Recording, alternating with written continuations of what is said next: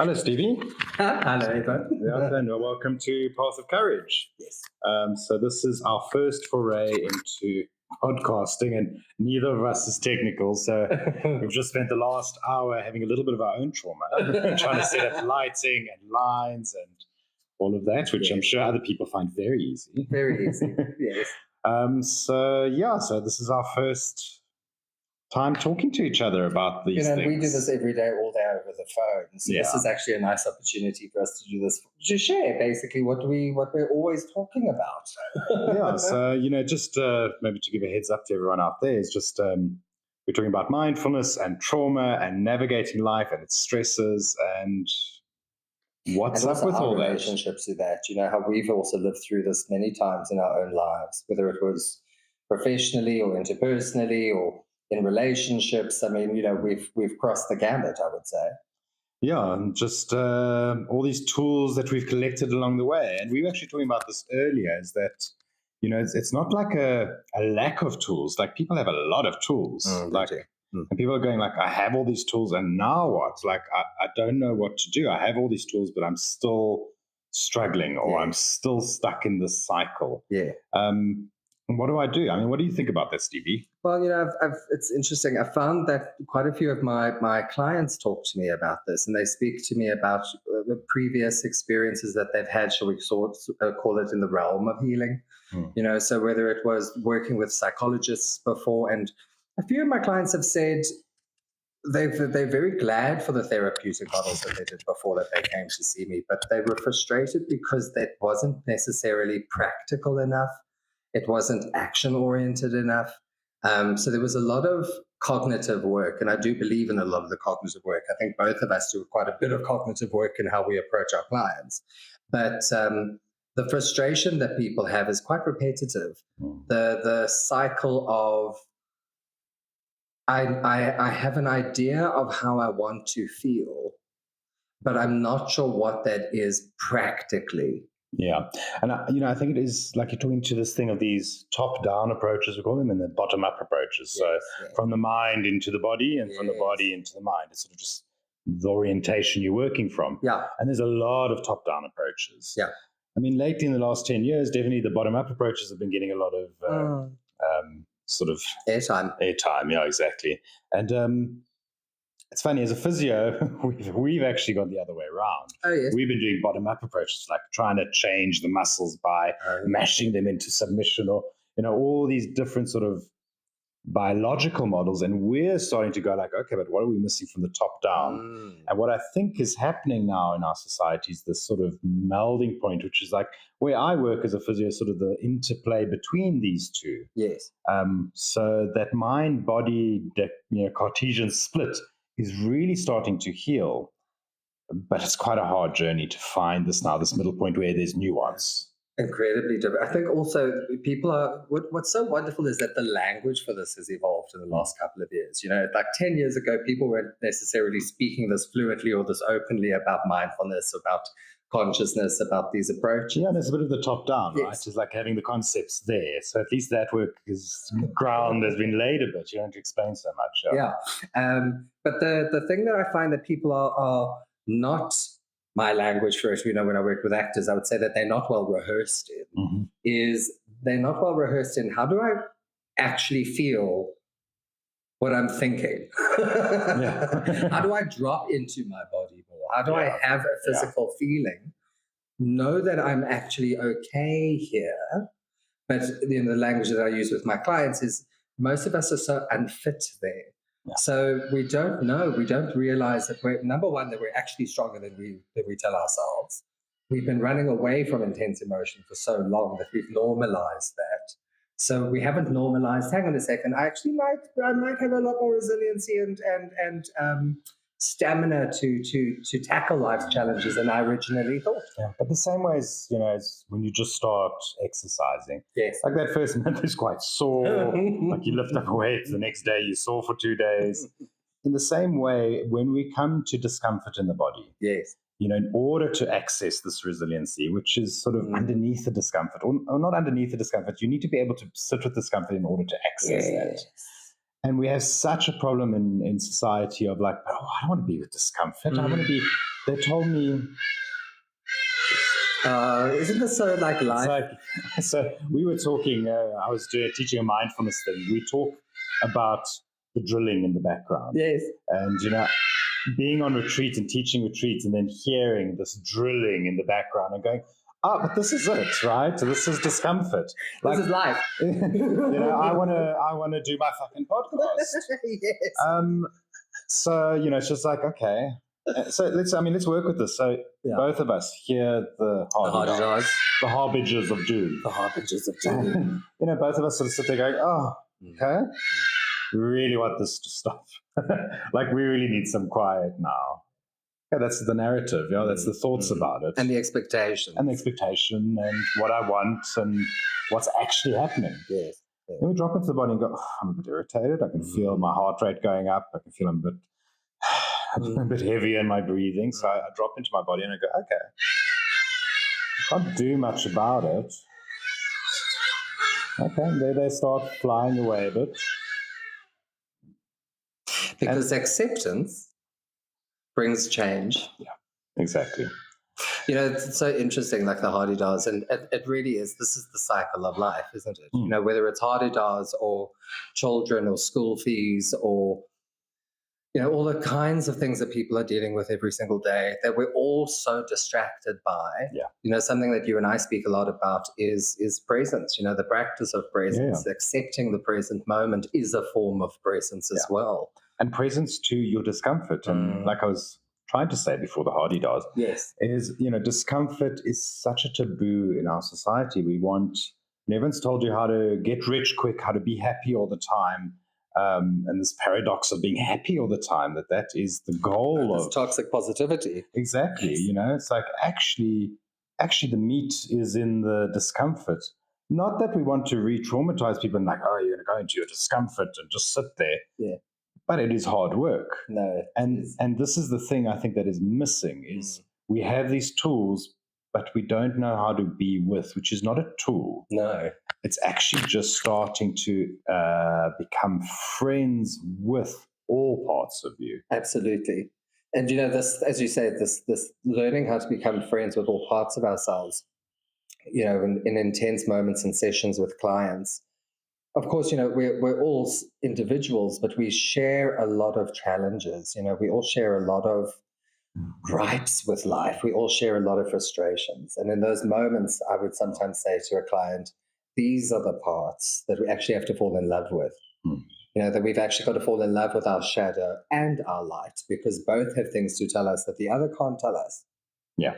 And if we learn to incorporate both light and shadow experiences in our everyday life, I'm not saying the stress disappears, but I am saying it radically diminishes. And stress in and of itself is not a problem. It's just, and we'll talk a bit more about this, is just like, even trauma responses. They just want completion. Yes. They just want the energy to move through the body and get through.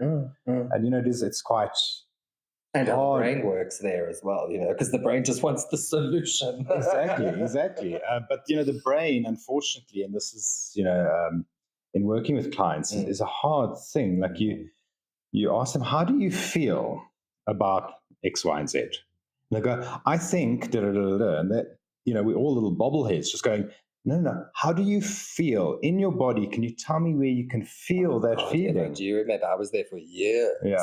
Teens into 20s. I didn't understand what it meant to drop into your body and feel your feelings. Yeah. I know exactly what you mean. We intellectualize it. We sort of go, no, I think about what I'm feeling. But that's like another little barrier to stop you facing your discomfort. Yes. Whatever it is. Yes. And actually, even positive emotions can be discomfort at times. Absolutely. So it's, it's just there's such nuance to this.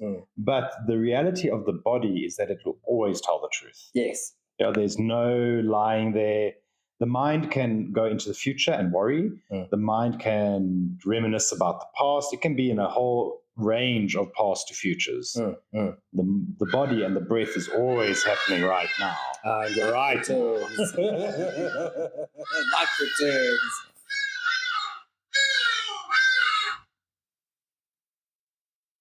And sometimes just observing that is a form of, it's the beginnings of detachment. Yeah. If I can notice a thing as opposed to believing this thing is who I am, then we start to practice detachment. I think this starts to be part of the skill set that you and I have had to learn, well, through trial and error and through over a number of years. Perhaps another topic for another podcast is our own attachment styles that we've had to learn through. Attachment styles is also going to be a big part of what we do in our retreats, because it's that enormous and it's that helpful. Yeah. And also one of the things I love is it's that impersonal. It's just the brain doing what the brain does. It's our evolutionary drive. That's right. We're all playing out our subconscious patterns that we developed since we were children. And what is that wonderful Jungian quote that I love saying to my students and my clients is that Jung said that until we make the unconscious conscious, it will rule our lives and we will call it fate. Yeah. And I thought, what a brilliant description, because we play out all of our constant subconscious patterns again and again, whether it's in our personal relationships, our professional ones, it doesn't matter. And then we call it our lives, but it's not the only option available to us. We actually are able to change our habits, to change our perceptions, to change our relationship to ourselves. And from that, I'm going to forget the name, but I know he's a humanist psychologist. It will come to me when we leave here. I think it might have been Carl Rogers. He said it is an amazing paradox that only by accepting who we are we able to change. Beautiful. So there's these two sort of interplays. And, I was on a retreat this weekend with some other mindfulness teachers, and it was this concept of both and, or either or, is that two very different things can actually be true. At the same time. And that is the paradox of life, isn't it? Exactly. And that's how we can move forward. So it's like, you just going back to your thing of detachment, and I just thought about disassociation versus detachment. Yes. Like people go, but if you're detached, aren't you just like, you don't care, and you're just like, out of it. And they're two sides of the same coin, just like shadow and light, right? They speak to each other. It's by, I used to, before I went to therapy, I used to feel like I was watching my life from up here. So the dissociative sort of things. I didn't want to feel, I didn't even want to get close to my body. So, it's like, that was disassociative. There was no feeling or like very, subtle echoes. Yes. Whereas detachment is being fully inhabited in the whole line, mind, body, spirit. The whole line is still integrated, but you're not identified with one part as you. You sort of, your identification is with being aware of everything. So it's quite a full feeling rather than disassociative, which is quite an empty feeling. Completely, and also driven by such different motives, right? If you're dissociating, you literally are trying to escape life. You're trying to escape an intensity that perhaps your body is not used to housing. God knows that was my pattern for many years. I mean, that's why I was self-medicating with alcohol for years. Because the language of today, which is wonderful, but we didn't have that language before around trauma, but we were traumatized within an inch of our lives, and we didn't really realize that was what was going on. Detachment is the most wonderful practice, because I always think of it as, it's not that we don't care, it's that we're choosing what to care about. Yeah, and giving space around things. So, when I'm teaching a mindfulness course, we often talk about the space that's created around things. It doesn't change the thing. No. But let's, Hadedas, let's take the thing right at hand. Before I might have just, we might have just switched everything off and gone, we have to deal with this. It is a problem. I need to go and react. Be very aggressive and upset and attached to it. Yes, 100%. And whereas now it's sort of like, okay, it's not perfect. I don't like it. I don't like them being out there. I don't need to like mayhem. it. No. But there's a bit of space around going like, okay, in this moment, what am I going to do? And I'm just going to take a moment. I'm going to sit in being aware of my reactions and going, but how do I choose to respond in this moment? And before, neither of us would probably been able to have used it as a teaching moment while we're sitting here, because we would have cancelled it and gone out and done something. Whereas now we went, okay, good practice. Incorporate. Okay, that's showing up. Do you know, I've been calling this to people the art of living lately. Yeah. Because I think the art of living is the art of being present realizing that most of life is out of our control. Yeah. But these practices, as we share them now, these also came from many years of learning detachment through meditation as one major tool. Yeah.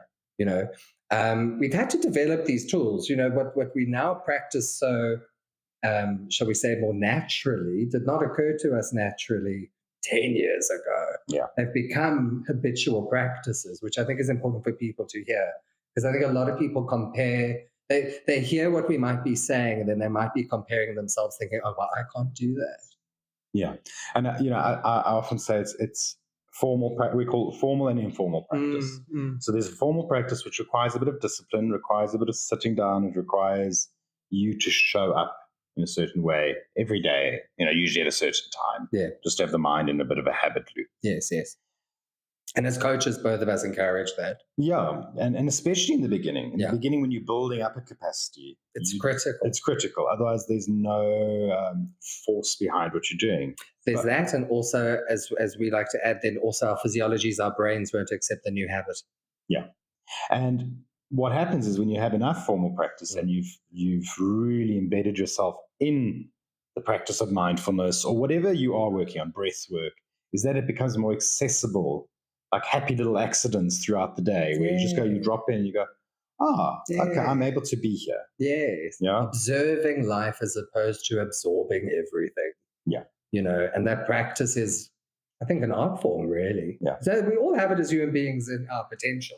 But in saying that, I think we'll talk about this more in another podcast because it's already quite a big thing. It's just the boundaries around that. So, there's this thing of like, word. being mindful and just being like this placid, mindful cow that lets everything in, and is aware of everything and allows everything. Yes. It's not that. At all. Yeah. And there is a boundary and a form to that because we are in form. Yeah. We're not some amorphous, big spirit out there. We're on form, and that requires boundaries in order to be healthy.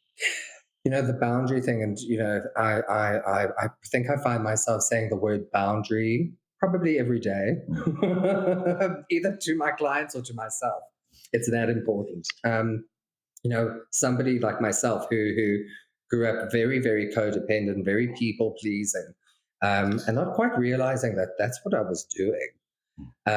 You start to compromise your voice, your intensity, your points of view. So I'm very passionate about this when I'm training my own guys, that they aren't compromising themselves for their idea of the world or their idea of what people want from them, which again is just another way perhaps of saying that is that a lot of us are not really working in reality.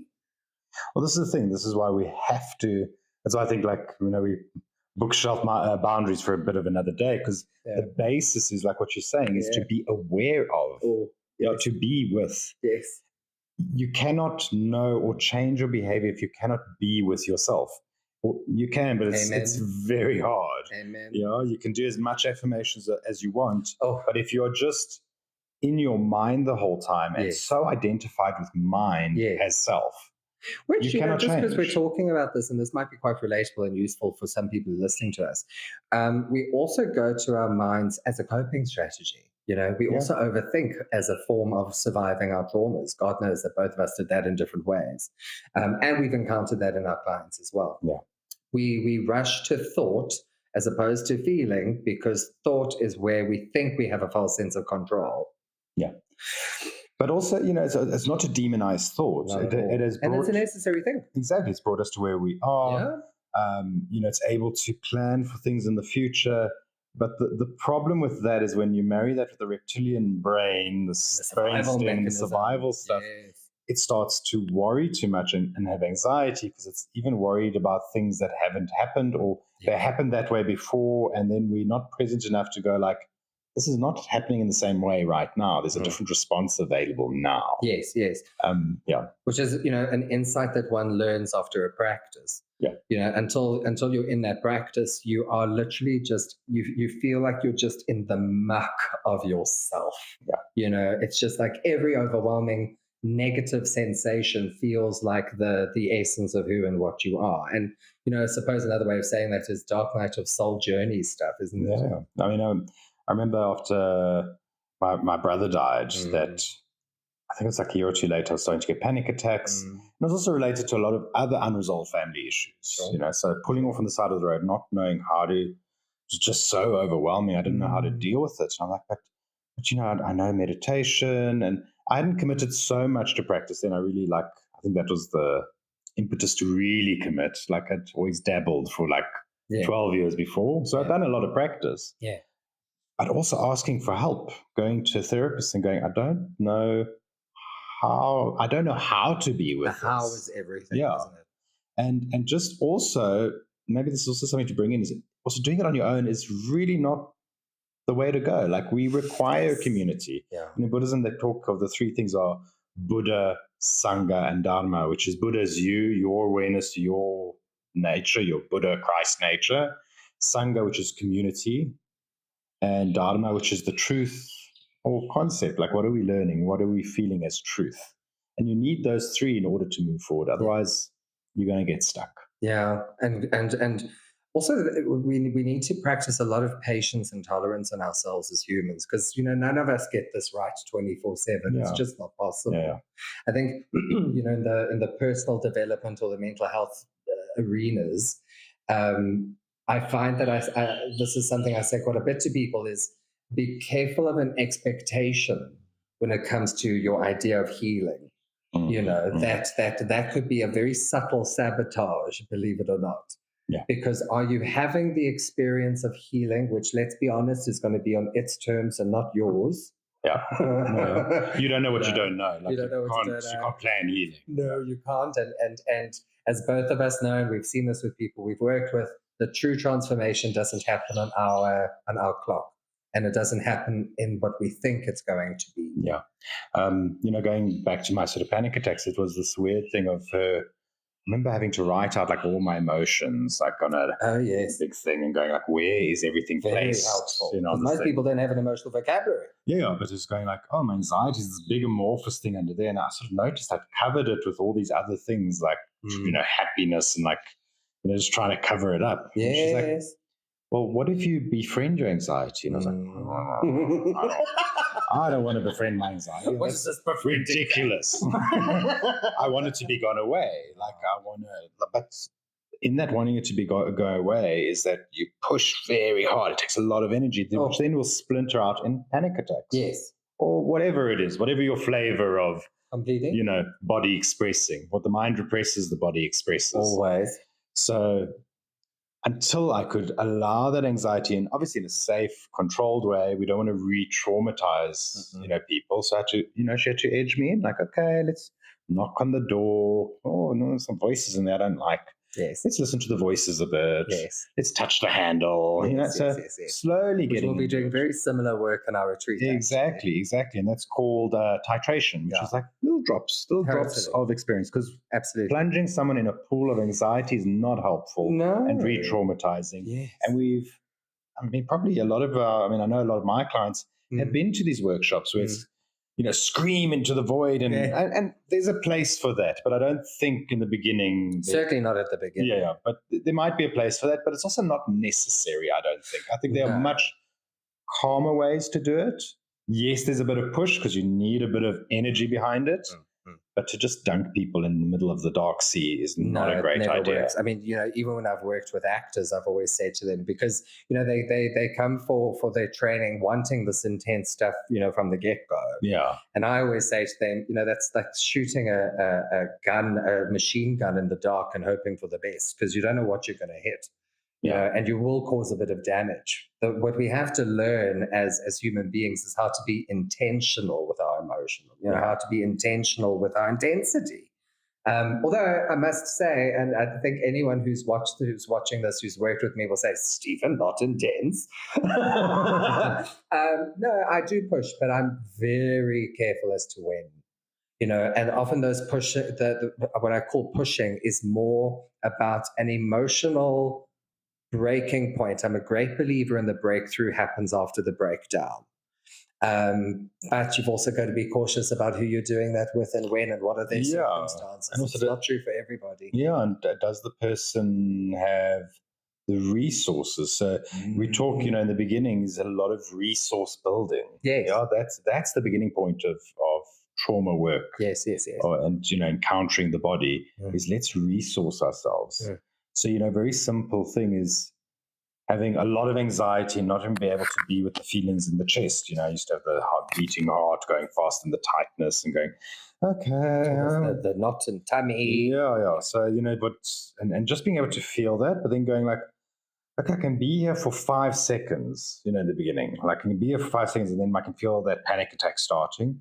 So for me, a resource was going out into the garden, feeling the ground underneath my feet. Absolutely. So that sensation of feet on ground was a resource. Yes. I know it sounds funny that your feet are the resource, but and then what I could do is go from my feet and then go, okay, I'm going to come back to this feeling. Yes. I'm a bit more resourced. I'm not as triggered. Yes. And come back and go, I can stay with it for a bit longer. It's not so overwhelming. Yeah. And I think, to build on that, to consistently find and observe resources, and to notice, okay, so for example, in your example, if I've gone outside and I'm standing and I can feel the ground underneath my feet, there's a part of me that's observing that. Mm-hmm. That's not part of the whole drama and the story that made me go outside in the first place. Yes, that's the thing, not investing in the story as well. And that's formal practice of having the capacity to be aware of or be with. You build that capacity, then I can feel this and go, what is my response to this? What is where are my choices? What is my conscious response to healing? Yes. Yeah, that was a healing response. Yes. Whereas before it would have been a trauma cycle, not being able to complete with a panic attack. Because you were so in the trauma. Exactly. And so in the thing of like, I don't want this. Why is it happening? I don't want this. It's horrible. Yeah. I wish this would go away. I've been in therapy now for 2 months. Why is it not going? And that then ramps this up because I'm not with the feeling. Yes. I'm with that. And then this is going like, okay, I'm going to express this energy because that's what you're feeling. That's what I meant earlier by expectation, because I think without realizing it, we're so impatient with ourselves. We're all guilty of it as human beings. We all have that egoic voice, right? That comes at us with all of its expectations and future and past tense obsessions. But to practice a presence, to practice a reception and a connection to ourselves, I mean, this sounds so simple. Yeah. They become simple practices. But if you're in the thick of distraction, trauma, life challenges, what we're talking about sounds incredibly far removed. Yeah.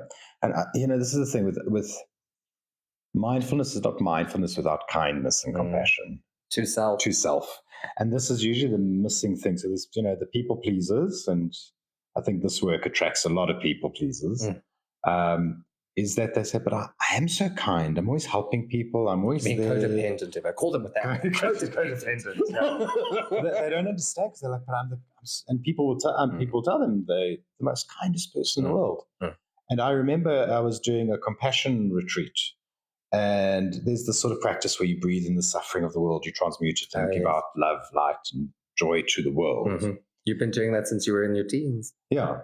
And I remember, and this is now, I've been on and off doing the practice for 10 years, and she's like, Eva, do you notice you never include yourself? And it was just such a yeah, it's huge. But it's also the thing of just being kind to yourself. Like, this is hard work. Yeah. This is not easy. Time consuming. Oh, yeah. And mindfulness asks you to turn towards your suffering. Who asked me to do that ever? Who taught us that? Yeah. No one taught us how to turn towards your suffering? No. I'm supposed to go and consume stuff and go to the movies and buy new objects. Gym it away, do everything but be with it. Whatever little addictive process covers it up, that's what you're supposed to do. And now we say turn towards it. Are you mad? Yeah. I've been saying, as you know, more and more in recent years, I think this is the true test of Earth. That we come here and we're distracted by all kinds of things, but none of them really matter. Yeah. The relationship to self thing is enormously important for evolution, for if we want to better the planet. We have no right until we've aligned with ourselves. This thing of we're living in quite a chaotic world at the moment. Yeah. And as well as I do, our clients and other people that we speak to, friends and family, people are really struggling.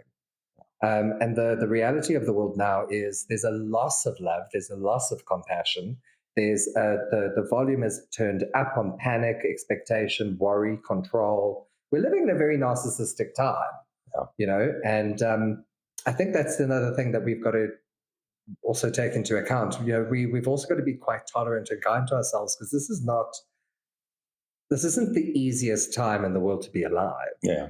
I mean, I've got all these tools, Yeah. and I'm pretty good with my practice, and I've got all these things happening, but sure, it's a lot. It's a lot, and it's okay to go like, it's a lot. I could practice till the cows come home. It's still going to be a lot. And what can I do today? Yeah.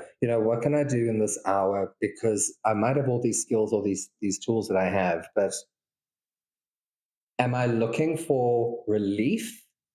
In which case, I might not really be in the moment and practicing what I know I should be practicing. Or am I just in the moment being as kind to myself as I possibly can be?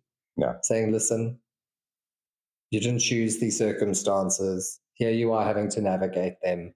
You're not hurting anybody. You're not going out of your way to wound anybody. You're not manipulative. And frankly, in a word, you're not being narcissistic. Yeah.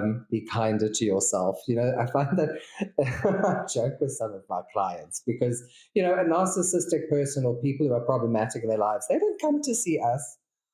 I They're know, not the because ones who everything's come to great. see Everything's us. hunky-dory. Yeah. We work with the people who have been targeted and victimized by them, Yeah. and I'm always amused in a weird way that it's always the ones who offer the most, who have the most doubt in them. Yeah. Yeah. And I think it's maybe maybe that's about, just being so in the narrative about yourself rather than the feeling of yourself. Going like, actually, I'm good. Actually, I'm quite good. Yeah. Whereas I think in a narcissistic world, you're fed so much narrative, so much story. What you should be as well. Yeah, like, you haven't you haven't become a millionaire yet. What's wrong with you? Like, you're not working hard enough. Or you, sure. all of these sort of narratives that come in. Yeah. And to just, part of the healing is just to disconnect from those narratives, go that those narratives aren't even from me. I just sort of adapted them in a social structure. Completely. And that's part of healing, and then creating and going, well, I want to create new Sangha. I want to create new community. So the context is also about community. Yes. Yeah. What community are you surrounding yourself with? Yes. What voices are outside of you feeding into you? Yes. So all of that is also part of being mindful. And, to build on what you're saying, this concept of community, I think, is so critical to our healing. Yeah. If I think about in my own life, when I've gone through, let's say, terrible breakups, or, my history when it comes to narcissistic men. Yeah. And I've taken such a long time to recover. And I think one of the reasons I took so long to recover with one or two of them is because I didn't go into my community. I didn't practice. Yeah. You sort of had an isolation. I went into my isolation. I retreated because of the pain. And, again, practice some kindness to ourselves there. But what made it last longer was I didn't quite realize that I was defending my pain.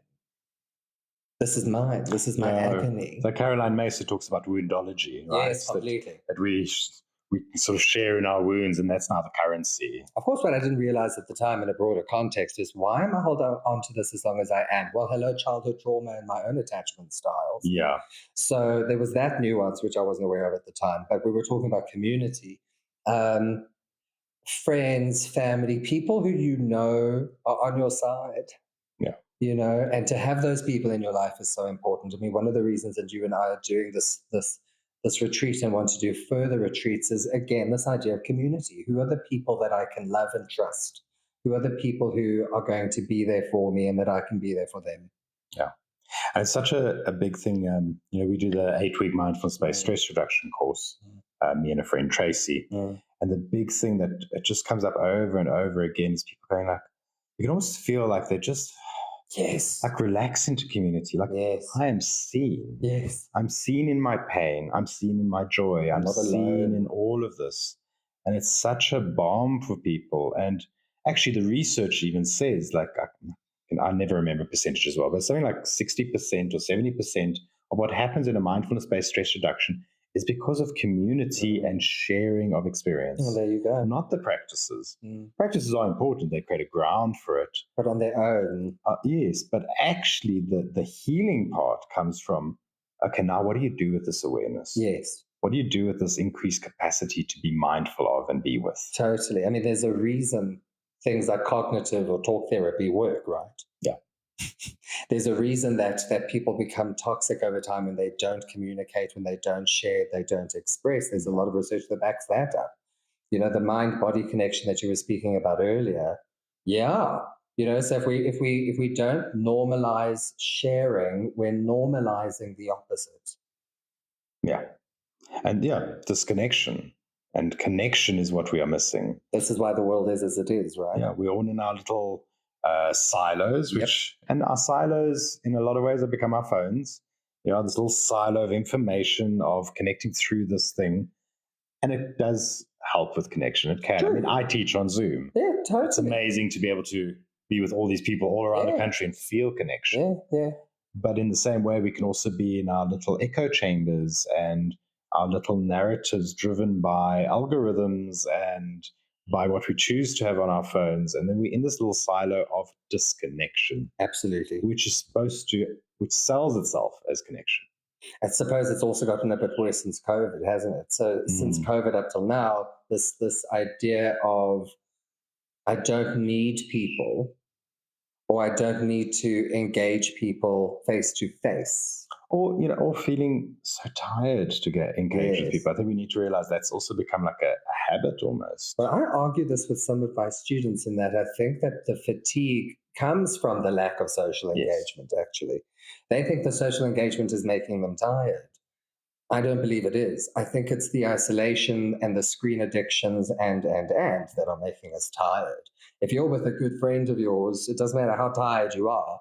It feels life-giving. It's timeless. Something feels It's timeless, right? It just feels like, 2 hours has gone by, really? I could be physically tired, but I'm not spiritually drained.